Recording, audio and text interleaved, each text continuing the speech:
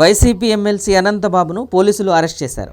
సాక్షులను బెదిరించిన కేసులో కోర్టు విచారణకు హాజరై బయటకు వస్తుండగానే పోలీసులు ఆయన్ని అదుపులోకి తీసుకోవడం ఇప్పుడు చర్చనీయాంశంగా మారింది. అనంతబాబు అరెస్ట్ సమయంలో రాజమండ్రి కోర్టు వద్ద తీవ్ర ఉద్రిక్తత చోటు చేసుకుంది. ఆయన్ను తీసుకెళ్లకుండా వైసీపీ నేతలు, అనుచరులు పోలీసులను అడ్డుకునే ప్రయత్నం చేశారు. దీంతో పోలీసులు ఆందోళనకారులను చెదరగొట్టి అనంతబాబును సర్పవరం పోలీస్ స్టేషన్ కు తరలించారు. డ్రైవర్ సుబ్రహ్మణ్యం హత్య కేసులో అనంతబాబు ప్రధాన నిందితుడిగా ఉన్న సంగతి తెలిసిందే కదా.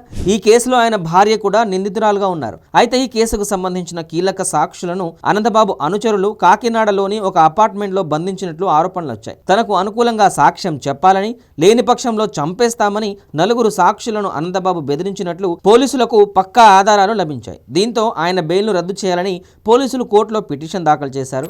ఈ పిటిషన్పై కోర్టులో వాదనలు ముగిసిన వెంటనే పోలీసులు అనంతబాబుపై చర్యలు తీసుకున్నారు. సాక్ష్యాలను తారుమారు చేసే ప్రయత్నం చేశారన్న ఆరోపణలతో పోలీసులు ఈ అరెస్టుకు పాల్పడ్డారు.